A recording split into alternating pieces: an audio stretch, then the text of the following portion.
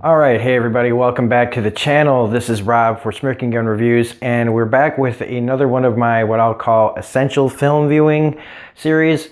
These are the movies that I consider to be movies that everybody should see at least once. So it's kind of like a bucket list recommendation for people. But these aren't like your average movie that everybody talks about, like Back to the Future, Ghostbusters, Star Wars, that kind of thing. These are the movies that kind of fly under the radar that I've always really liked. I started this with Hostiles, even though that's a newer movie. It was something that I really liked. And so this is technically the second one. And this is one of my absolute favorite movies. And hardly anybody ever talks about it. And that's 1997's David Fincher film starring Michael Douglas, The Game. It holds up still to this day. It's like 21 years old now, just under 21 years. It came out in September of 1997. It's the first movie he did after Seven. And it's between Seven and Fight Club. And David Fincher is just one of those directors who really doesn't do anything. Like, I have not seen a bad movie from him except for Alien 3.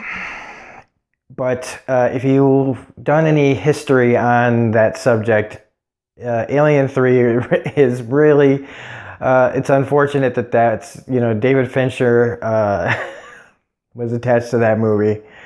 But this movie is fantastic. Now, I swear in this because I'm kind of stream of consciousness. I don't always plan on swearing, so just to let you know, I don't curb my language, so if there's going to be probably some language in here. So again, this movie is just so under talked about. Like, it's just one of these movies that I don't think hardly anybody, when I ask them about this movie, they're like, what are you talking about? There's some people out there that know this movie. There's like, I remember like looking up stuff for this and I found Chris Stuckman's review on here and I was like surprised, but not really. Chris Stuckman has some pretty good taste for the most part. Great, so if he sees this, it'll be like, oh, what's wrong with him? Anyway, so this movie stars Michael Douglas, Sean Penn, Deborah Kara Unger, who, if you don't know her, she's one of those actresses that was really good in the time she was out, and then she just kind of disappeared. And it's kind of a bummer because she's really good. I don't know what happened to her, but whatever. She still acts, but this was like her heyday. Who else is in this? This movie has some really cool, this is where I nerd out a little, show my, is that this movie has some like interesting casting.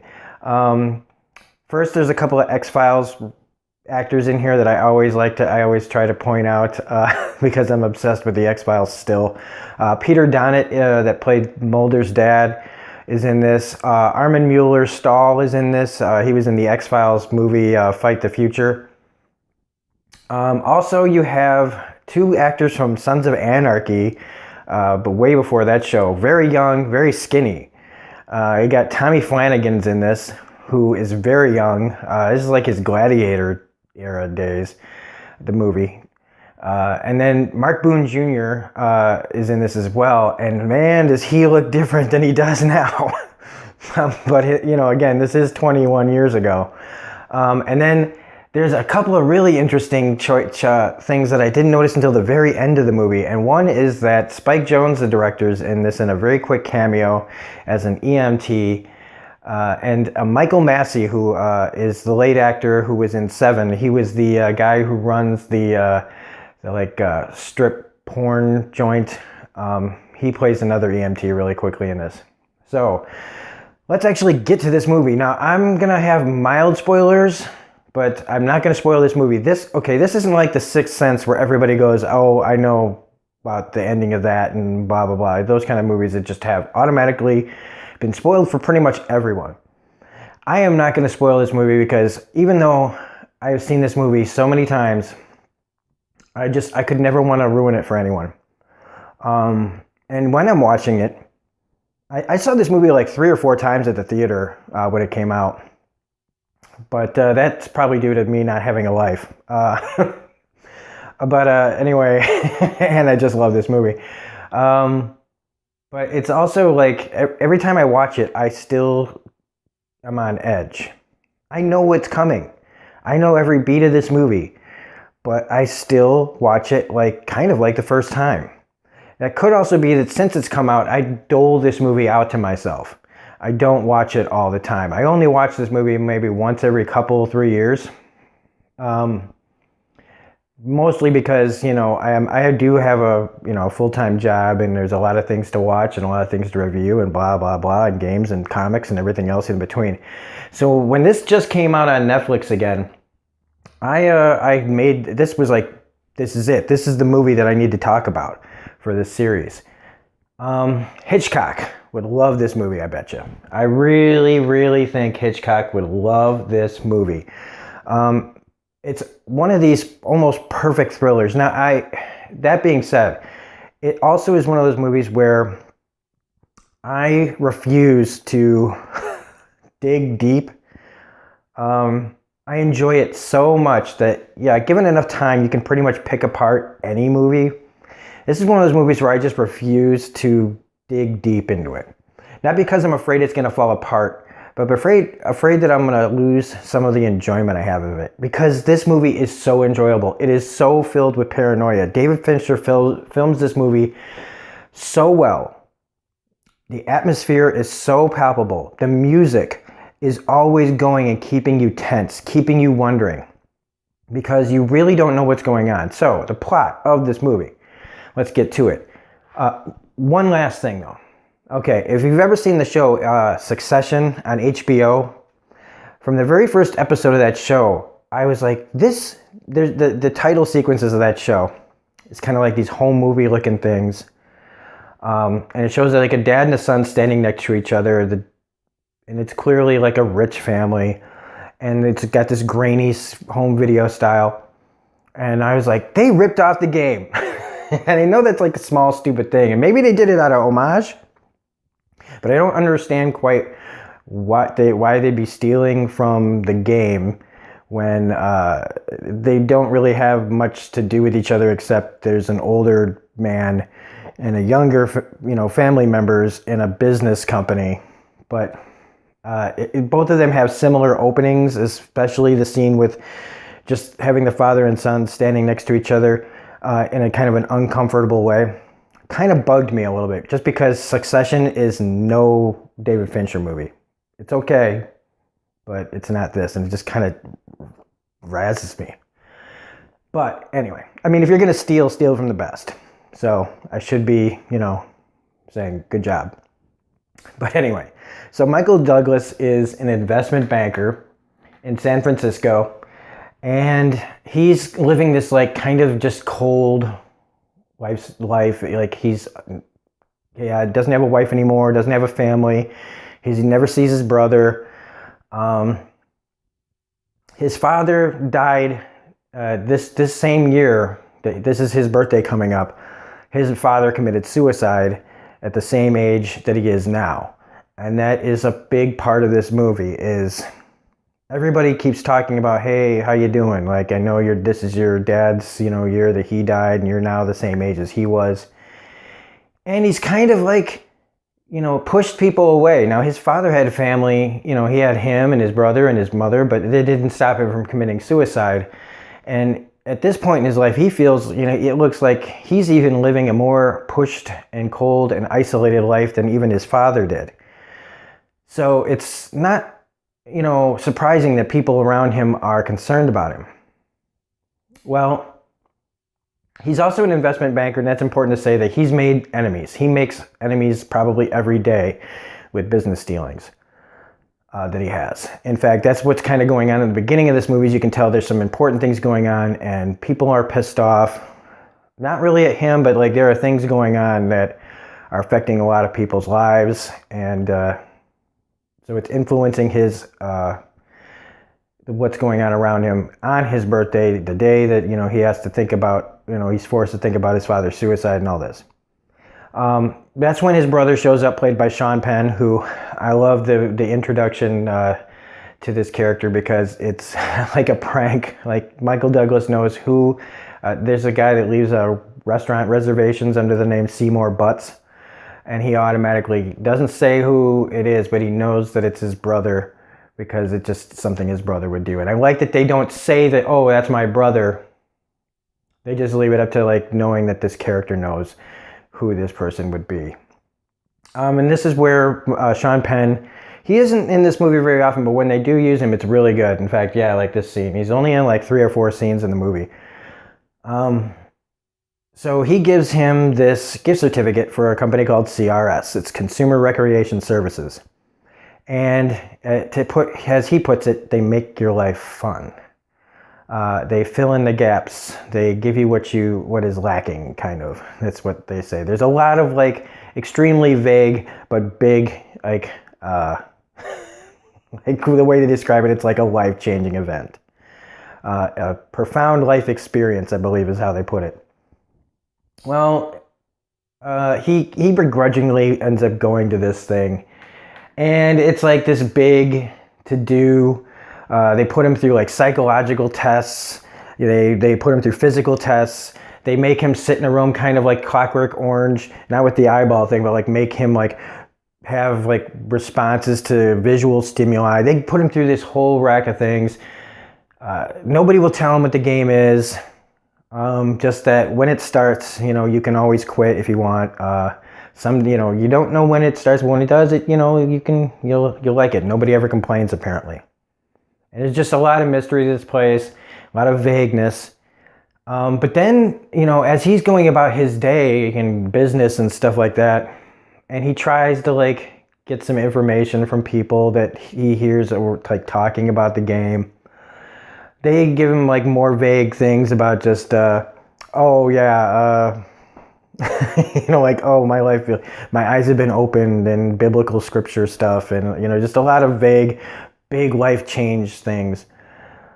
But then they call him and they tell him that he's been rejected from the game, that they don't, need anything. He did not pass the tests that they took. So, he just goes on about his day like anything else happens.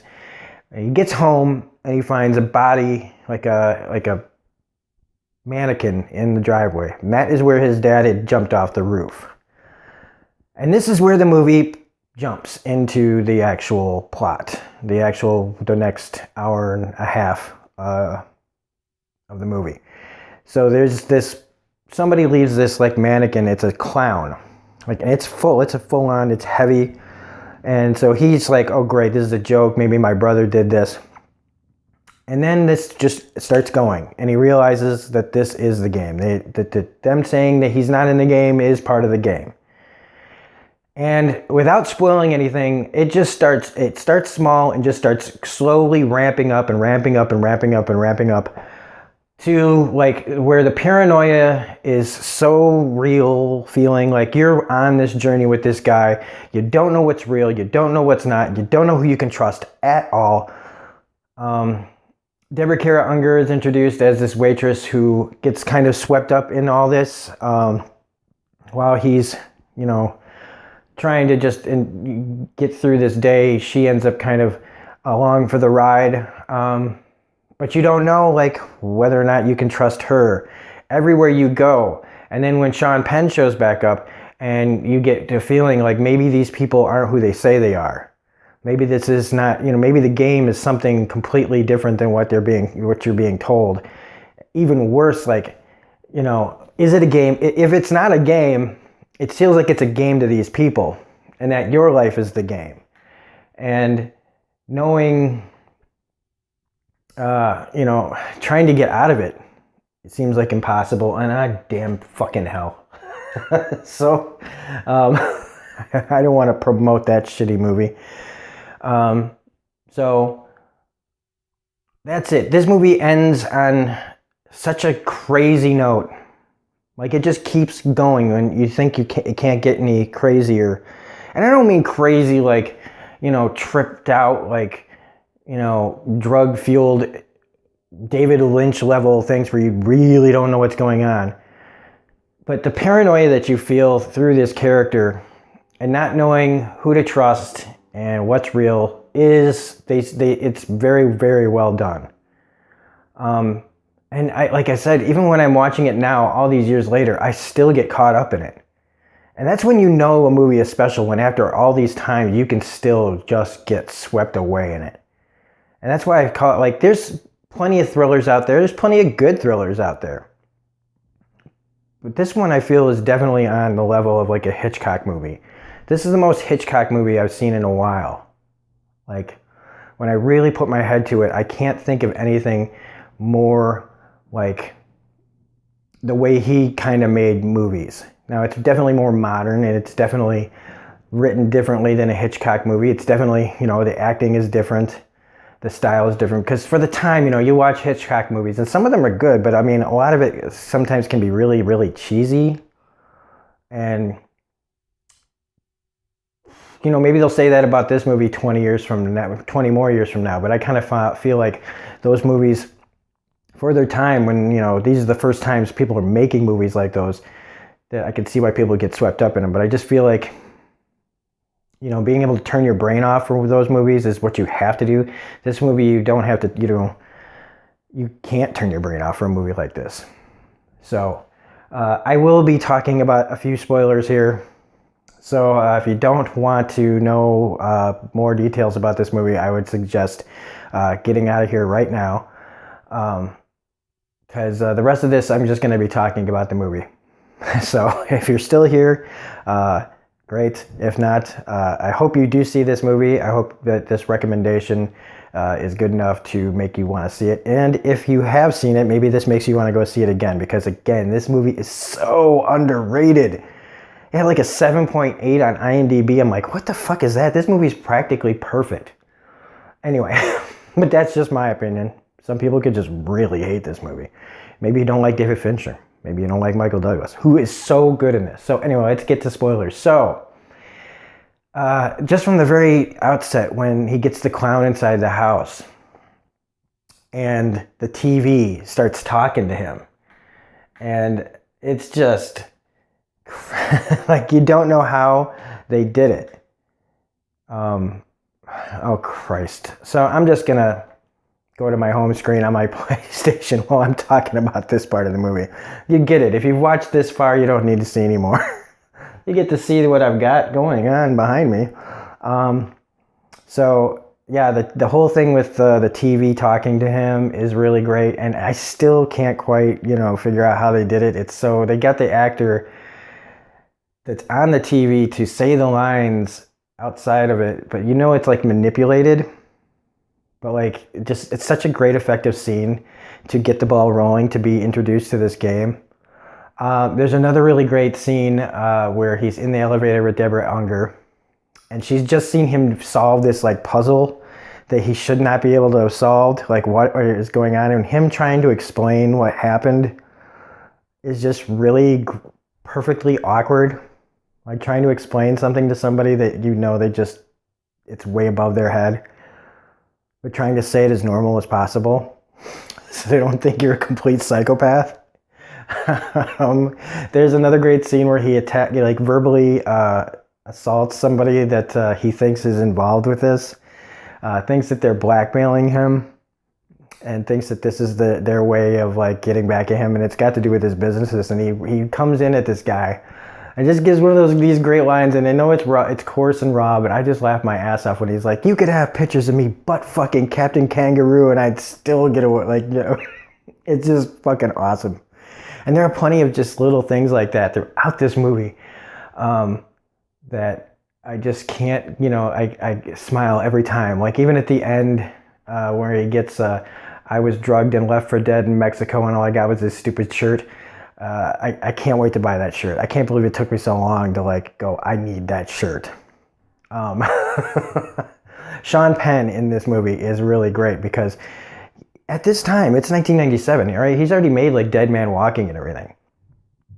And so he doesn't have to have a small role in this kind of movie. But he's really good in it, in the few scenes that he has. And it's so like vintage Sean Penn.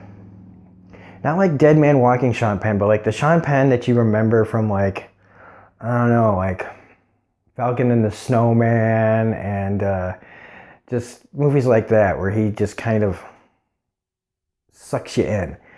And Michael Douglas has never been better. I haven't seen Michael Douglas in it. Like, he's been in a couple of movies in the 90s that just really got me. One is another one I'll be covering on this show called The Ghost in the Darkness, which is also one of my favorite movies. He had some really good movies. Traffic was good, but then he got sick and everything. And yeah, he's been in some other things that are good. Like, he's great as Hank Pym on Ant-Man. But this movie, man, I felt for this guy. And one of the things about this guy is that whether he's rich or poor, his character works for the story. Like in this story of people trying to manipulate you and drive you insane. I think it just works better that he's rich, because in order to pay for this game, it would cost so much money to pull this off. Pull all these, like the way that the scams and cons go and everything, it's just, it would take a shit ton of money to pull off. So a poor person, unless they were doing this pro bono for somebody that they thought was like the second coming, you'd have to have money to do this. And, and it's like, oh, poor rich people, oh, they've got problems, but it just works. I love the scene where he comes home and everything is in a black light playing White Rabbit from Jefferson Airplane or Starship or whatever it is. That's a really cool scene. And just the whole thing, the whole last half act, the last half hour or so, when he's trying to find these people that did this to him, is just another great, a lot of things, don't give you that much time to resolve a situation, and in this kind of like satisfying way, but still, like, during it, you still feel this kind of dread that you feel in like a 70s movie, where you just feel like there's no way out for the hero. Like, there's no way this is going to end well for him. Kind of like, you know what I mean? Like those kind of down endings where the hero dies kind of situation, where you just feel like, oh, fuck. Like, no matter what, like, he may, like, get justice, but he's probably not going to live through it kind of things. And yeah. I mean, okay, so here, since I've spoiled other things, I mean, yes, it does turn out in the end that this is this most elaborate game. And that this was just to wake him up, to make him realize that he doesn't have to be like his father. But in order to make him realize that he doesn't have to be like his father, he has to become like, do the thing that his father did, which is jump, to give in, to give up, and to completely give up and lose all hope, and then to get it all back because you've just let yourself go. And now you don't have that weight. He doesn't have that weight holding over him anymore. And, like how he thinks he killed his brother and everything. So it's just, and then, he wakes up with this, and it's kind of like how you can see Fight Club later on in Fincher's career, just a few years later, where one of the big things is that losing all hope, is like getting hope. Like one of the best things. So anyway, all around, this movie's great. I'm going to end up like remembering a couple of things I should have talked about before, but this is just such a solid thriller. It works on almost every level. The acting, the music, the cinematography, everything. I just can't recommend this movie highly enough. So anyway, that's The Game, 1997. You can find it on Netflix. You can rent it on Amazon. Whatever you can do, try to find this movie and watch it. And if you have seen it, watch it again and see what I'm talking about. So anyway, if you like this video, please hit the like button, share, comment, subscribe. What do you think about this movie? And hit the bell for any notifications. I just did a video for the first of my series about essential film viewings, basically my final viewings. Movies that I really liked, but I'm probably never going to see again, so I watch it one more time and record it, my thoughts on it. And that was for 1984's Runaway with Tom Selleck. We also just put up all the videos, reviews for Disenchantment on Netflix, the new Matt Groening cartoon. We've also got The Expanse, Man in the High Castle, Ozark, Orange is the New Black's new season, Westworld, Handmaid's Tale, all sorts of stuff is on this channel. So if you're looking for something, you're probably going to find it. Anyway, that's it. This is Robert Smirking Gun Review saying thanks for all the support. Seriously, thanks for all the support and anybody who actually watches this. and we will see you on the next video.